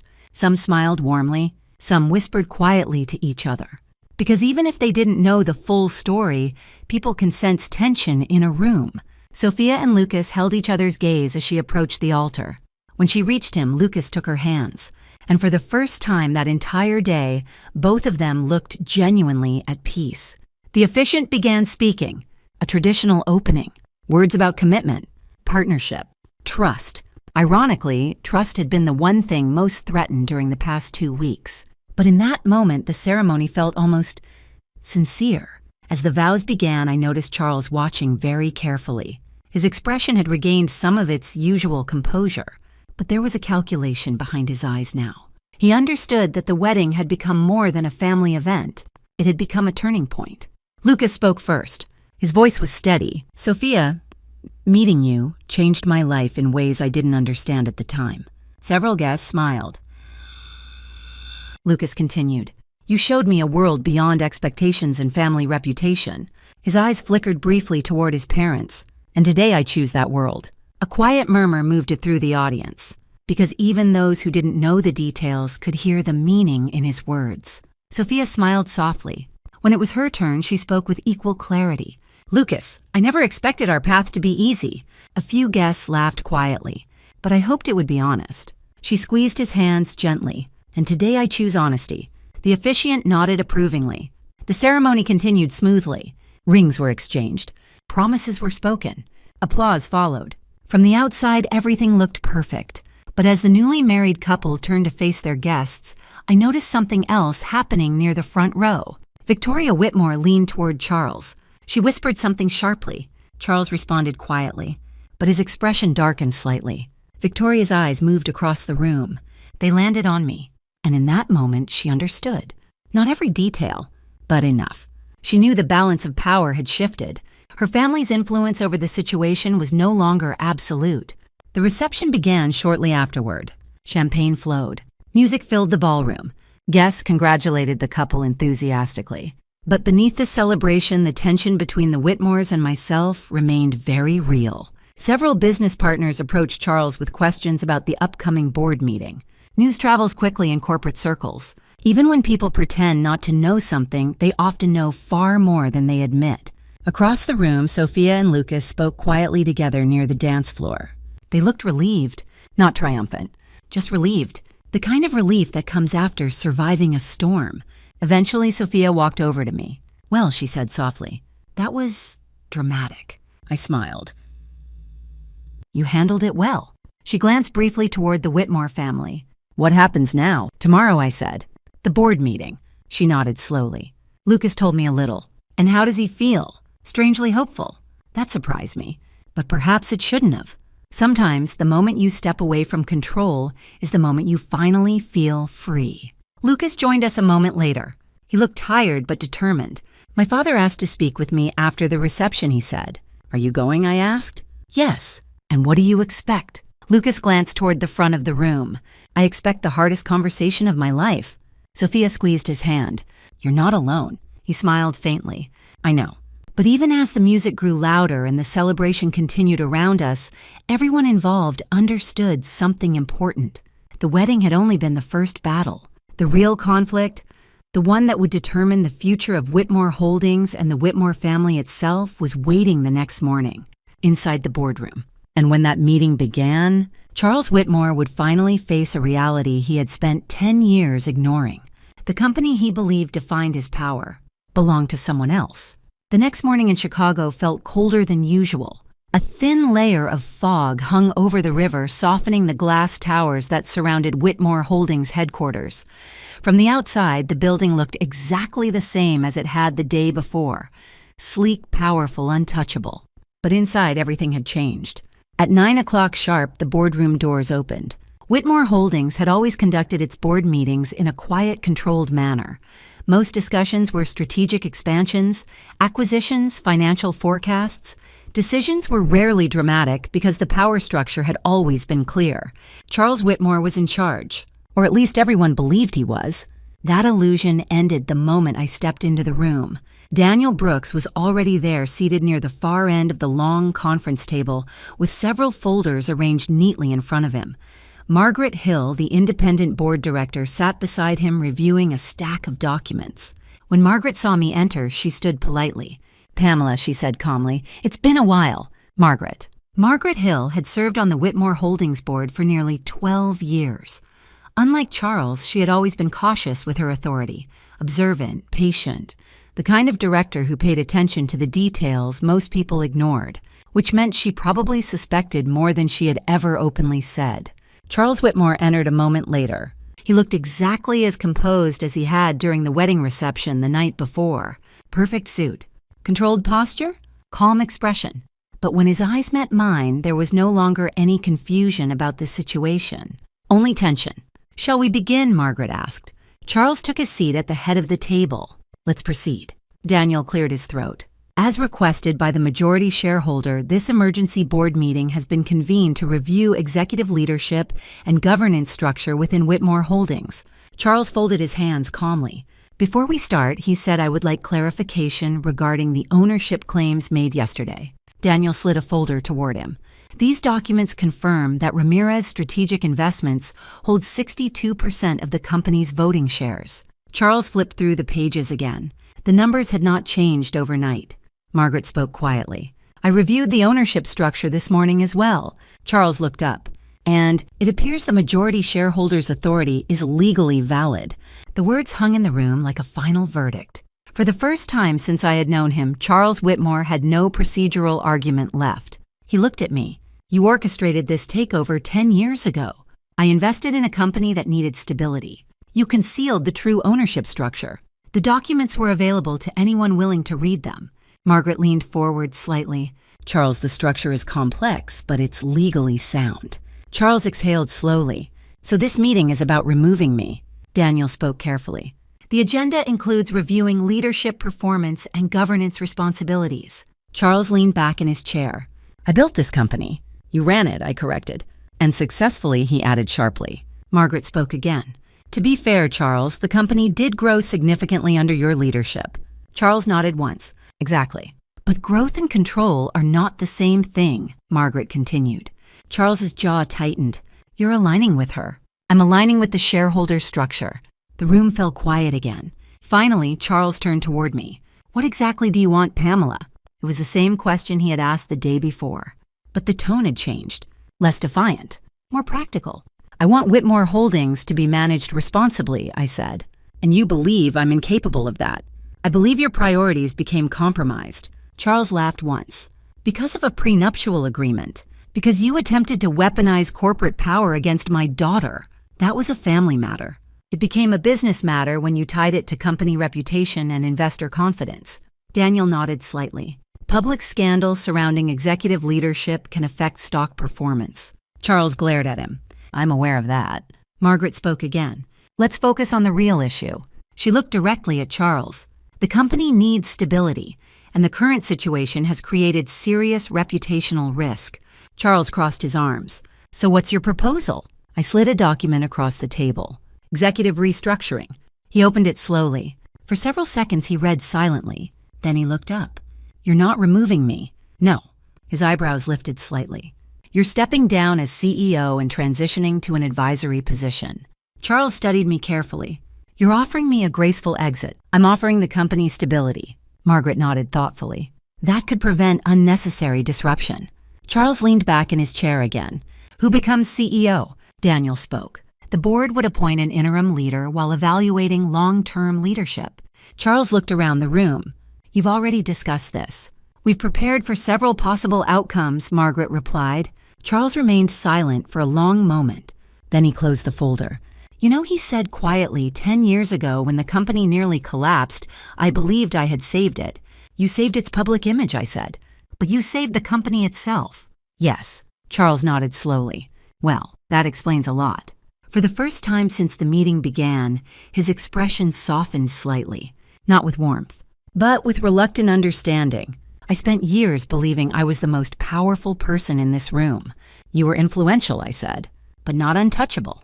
Charles looked down at the table for a moment. Then he sighed. I suppose pride can make people blind. Margaret folded her hands. Charles, what's your decision? He looked up. I accept the transition. Daniel blinked.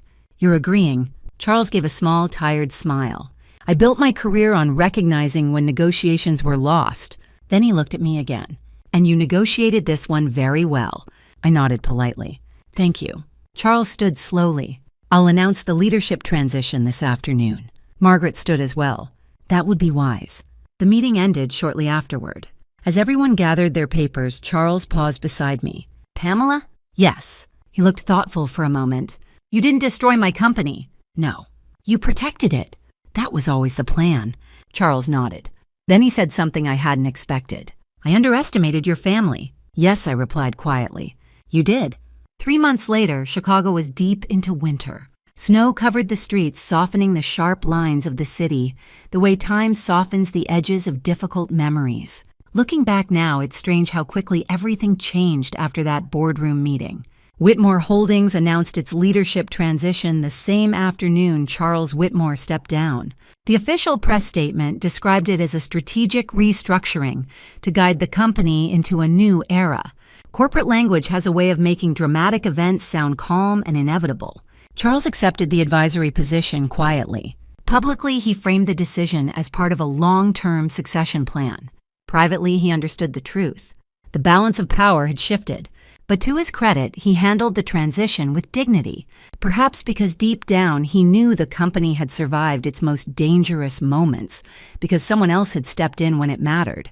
Margaret Hill became interim chair of the board. Daniel Brooks remained CFO. Together, we began restructuring several of the company's riskier projects, reducing debt exposure and stabilizing future investments. For the first time in years, Whitmore Holdings operated with transparency instead of fear. The change was noticeable almost immediately. Employees felt it. Investors felt it. Even the media noticed. But while the corporate world adjusted to the new leadership structure, something far more important was happening in our personal lives. Sophia and Lucas were learning how to build a marriage outside the shadow of his father's control. The first few weeks were not easy. Lucas had spent his entire life inside the Whitmore system. Suddenly, stepping outside that structure forced him to confront questions he had never asked before. Who was he without his father's expectations? What kind of future did he want to build? Sophia never pressured him. She simply stood beside him. Sometimes that's the most powerful form of support a person can give. One evening in early December, the three of us met for dinner at a small restaurant near the river. Nothing fancy, just warm lights, quiet music, and the comfortable atmosphere of a place where no one cared about family reputations or corporate influence. Lucas looked different than he had during the wedding. More relaxed, less tense. I spoke with my father again last week, he told us. Sophia looked up. How did it go? Lucas shrugged slightly. Better than I expected. Really? He admitted something. What? Lucas smiled faintly. He said losing control of the company forced him to reconsider how he treated people. Sophia raised an eyebrow. That sounds like progress. Lucas nodded. It is. Charles Whitmore would never become a completely different man overnight. But even the most stubborn people can learn something when reality finally forces them to look at themselves honestly. Lucas continued. He told me I made the right decision. Sophia looked surprised. He said that, yes. Lucas paused. He said protecting our marriage mattered more than protecting his pride. That was probably the closest Charles Whitmore would ever come to an apology. And honestly, it was enough. After dinner, Sophia and Lucas walked along the river while I stayed behind for a moment. Watching them through the restaurant window, I felt something I hadn't felt in a long time. Peace. For weeks, the entire situation had felt like a battle. Family against family. Pride against dignity. Power against respect. But now the conflict was over, and the people who mattered most had come through it stronger. A few weeks later, Sophia invited me to visit one of her newest projects. The building stood in a revitalized neighborhood on Chicago's West Side, a community center designed for young artists and small businesses. Bright glass walls, open creative spaces, a rooftop garden overlooking the city. This place is incredible, I told her as we walked through the main hall. She smiled. Whitmore Holdings funded part of the project. That surprised me. Really? Lucas stepped beside her. After the restructuring, the board approved a new investment initiative for community development. I laughed softly.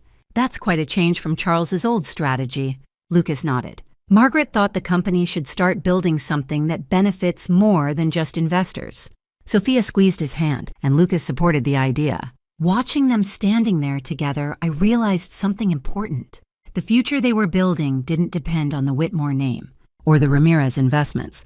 It depended on the choices they made together, choices based on respect, on honesty, on the courage to stand up for each other when it mattered most. Later that evening, as I drove home through the snowy Chicago streets, I thought about everything that had happened.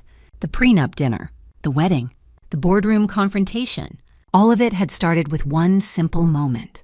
A family trying to protect its power by humiliating my daughter. They believed she had no leverage, no influence, no ability to challenge them. What they didn't understand was something I had learned many years earlier. Real power doesn't come from money or reputation or even corporate ownership. Real power comes from knowing your worth and refusing to let anyone take it away. Sophia knew her worth. Lucas eventually discovered his. And Charles Whitmore finally learned that power built on control alone cannot survive forever. As for me, I never wanted revenge. I only wanted one thing, respect for my daughter. And in the end, that was exactly what we got. Life has a strange way of revealing people's true character when pressure appears. Before the wedding, the Whitmore family believed power meant control over money, reputation, and even the people around them. But real relationships don't survive under control. They survive under respect. Sophia refused to sign a contract that treated her like a liability instead of a partner. That choice could have cost her the wedding, the relationship, and the future she thought she was building. But sometimes, The hardest decision, the one where you protect your dignity, is the decision that ultimately saves everything. Lucas also had a choice. He could have followed the safe path his father created for him, or he could step away from that control and become his own man. He chose courage, and courage always changes the story. As for Charles Whitmore, he learned a lesson many powerful people learn too late. Authority without humility eventually collapses.